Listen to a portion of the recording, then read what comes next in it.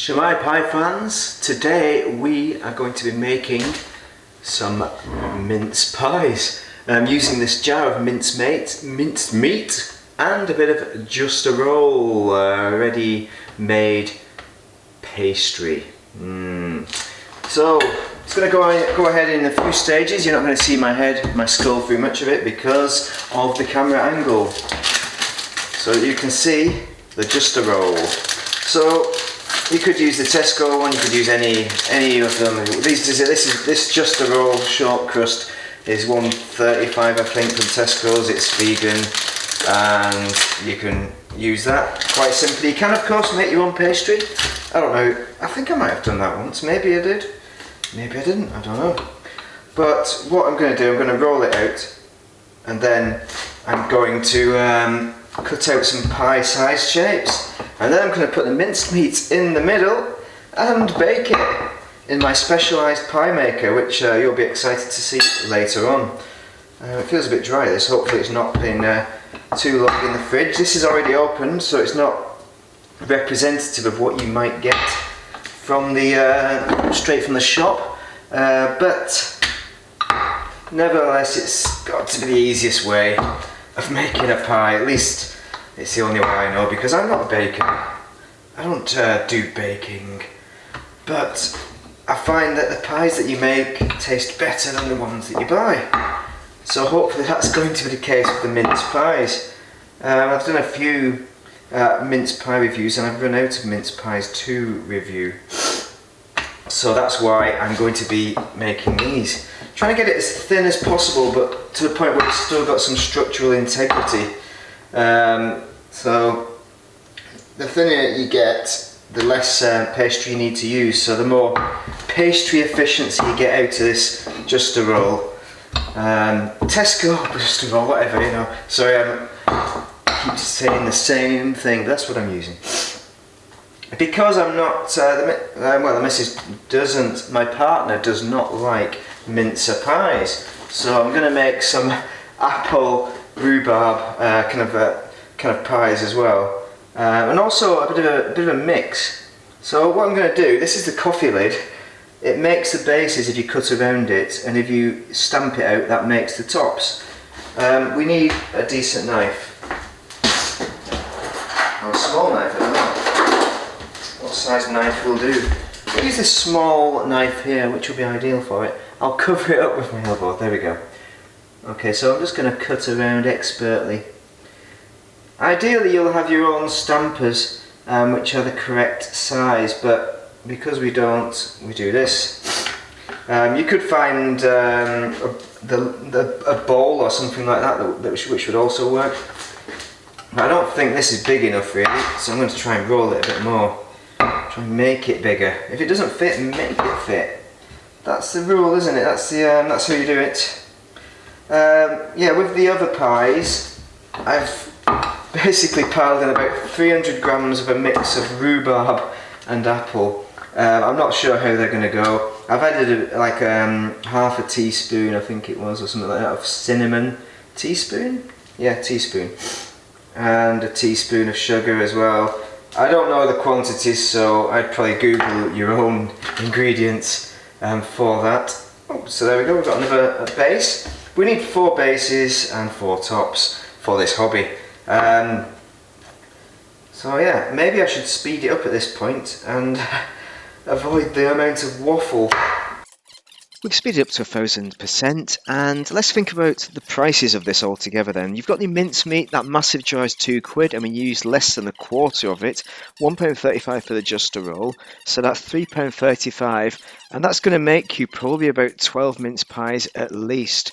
And then if you just buy more just-rol, then you'll get even more out of it. So you're going to be easily within £1 for 4 mince pies, if not even less than that price-wise. So it's far better value than the other vegan mince pies on offer in the supermarkets, and it's going to give you a nicer taste as well, which can be unique to your own preferences.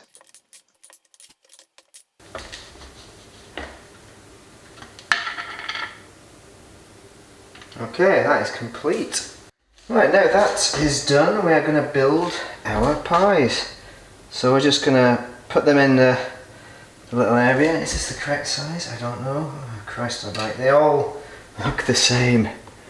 Hopefully I'm putting the right ones in the holes. But you can use a tray with similar, you know, them similar tin bits and stick them in the oven. Of course you can. That's probably a better way of doing it, really. But I like my pie maker. I'm going to try and make pies which are not terrible. But already I can see that there's going to be some misplaced lids with these. I mean, look at this. Oh, it's not. It needs to be reaching around the outside there. So some pretty bad rolling already. But nevertheless, we're going to try and make do with them. We have a few lids as well. But first we need our filling. So we're going to use mincer meat. So here's some mincer meat. If we can open the jar. Oh, but Jesus, what is that made out of? Oh, there we go. Sticky fingers, greasy fingers, that's a problem. So these first two are going to be the mincer pies. And maybe I shouldn't do those because those are the worst looking ones. The one on the left is. Oh Christ, I bite, the cat's back. She can crack on. So let's just put some mincemeat in before we go and let the cat in, shall we? So don't want to overface the pies, that's the thing with a mincer meat. These are going to be quite big mincer meat pies though. Good chunky bits of mince in there though. And the cat's getting a bit impatient, so I'm just going to let the cat in. Just going to stop there. Right, that is the cat sorted out, so I think I'm happy with those fillings. I'm going to press it down a bit and then we can lid up. So for this one you want to marry the lid up with its base, just press around the outside, avoid cat hairs. Is that a cat hair? No, that's not a cat's hair, I think that's a hair off my finger or something. Weird. Okay, let's press down nicely, because that's how you get misplaced lids by... Where the bloody hell are these hairs coming from? That's probably not even filled up enough, but never mind. I'm just going to do it. Mince meat is quite strong. For the next one, what do we want to do? We want to do a mix, don't we? Of mincemeat, and this is what I prepared earlier. This is apple and rhubarb, believe it or not. I'm going to mix it to make mincemeat, apple and rhubarb to a special mix. A dirty mix. I'm mixing the two up there. I don't know if you can see that, it's not very exciting. So we had a bit of mincemeat. So this is in the bottom.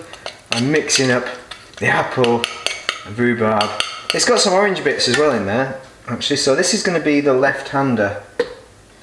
This is going to be the dodgy mix. So rear left, we have the dodgy mix. And could do with a bit more. You've got to be careful with the juice because it can end up seeping out. You don't want to get seepage of the juice. And this is purely the apple and rhubarb pie. I don't know how good this apple and rhubarb mix is, I just invented it a little bit based on what I'd seen on a website. So is that useful? Probably not. So I can't really recommend that because I've just invented it and it's probably terrible. So we want the rubbish lid on that one because it's not as overfaced as the other one. Press it down. Same again with this one. Stick the lid on, lovely jubbly, press it down. So we're going to turn this machine on. This is going to heat these hot plates and then we're going to have mince pie makeage in, I think it's going to be 5 to 10 minutes, so I'll have a look in at 5 minutes, see what it's like, and I'll let you know the score with the timings on this. Oh, the other thing is, for this messy mix, I added a bit of mixed peel as well because it's going off and needed using up. So I don't know what that's going to do. It's like got orangey, but dried orangey bits. This is the mince pie mix. So this has got in all sorts of business, energy, fat, protein, but it's a mix of apple and dried fruit to make a delicious filling. That's what it says. Okay, so let's hope it very well does. Otherwise, we're going to get a bad review. So So here we are at 10 minutes, pie fans, and what we have is the finished product. So notice that the front two mincemeats, they're essentially underfaced. What I've done is I've not piled enough mincemeat in there, but look at the back two, those are looking delightful. So I've put just the right amount, but still notice there's a bit of seepage out of the side of both of those. So that's what I didn't want to happen. So really I wanted to do a longer crust around the outside so it fit together more nicely. I've also been instructed to start making garlic, what is it? Mushroom on toast. So that's the other sizzling sounds in the background. Next we're going to have the taste test. Once these have cooled down a little bit so we can turn the heat off. So that's how easy it is to make really, even for a cooking pleb like me.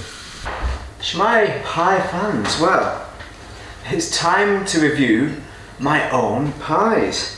We've run out of all the other pies, so all we've got left is our own pies. So I've made these pies all by myself out of mincemeat and a bit of just-rol pastry. This is the mincemeat pie, and this is a mixture of mincemeat and apple and rhubarb and cinnamon kind of jars. So let's try the pure mincemeat. This is what we would call a mince pie. Homemade, of course. I'm just going to chop into it. This is still hot. So a good filling. It's a bit juicy. Now is that because it's burning hot? Quite possibly. Yeah, I think that's going to burn my mouth if I try and eat that. So better blowing it, eh? Might be here sometime. Actual pastry, it's a bit translucent, a bit in the top. So I think that's because I've underfaced it.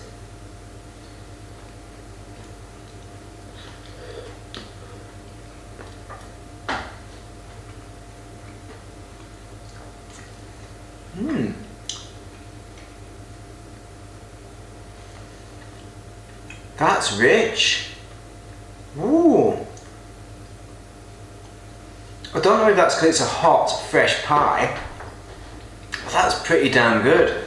And I've not put enough of the mincemeat in it. I think I could have put some more in. I could have had more pastry as well, but I just slightly missized the actual pastry itself. But overall, taste-wise, I think it's up there with the best. And I have only just eaten a Greg's mince pie, the finest of the commercial mince pies. So how does it compare to Greg's? I'd probably say it's got to be a solid 4 out of 5.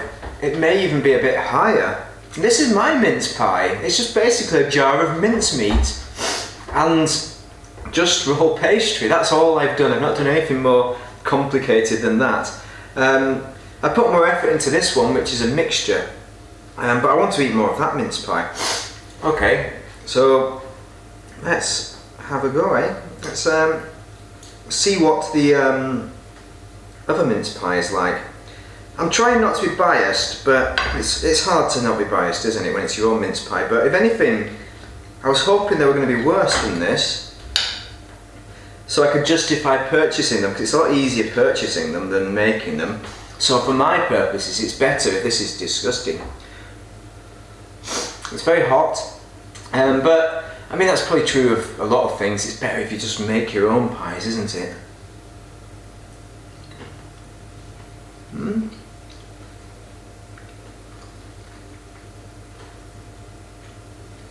Oh, that's nice. That's it. I think that's even nicer. But look at that, it's like brown, it's like a brown mush. It's not appealing. It does not look appealing at all as a pie. But if you mix, I think it was about 50% mincemeat, and the other 50% was a mixture of brandy apple and rhubarb and a bit of cinnamon, a bit of sugar. That's what made up this pie. Now that is good. That might be the best mince pie all season, maybe. But we probably need to try it when it's cold as well, to be fair.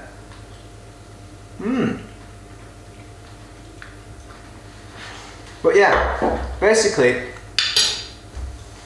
I think the take-home message is that if you have an option of one of them terrible pies, you know, the vegan gluten-free mince pies, the really cheap, nasty ones that you get from Aldi and Morrison's, Tesco's to a lesser extent, but it's the gluten-free pastry that I just don't enjoy whatsoever.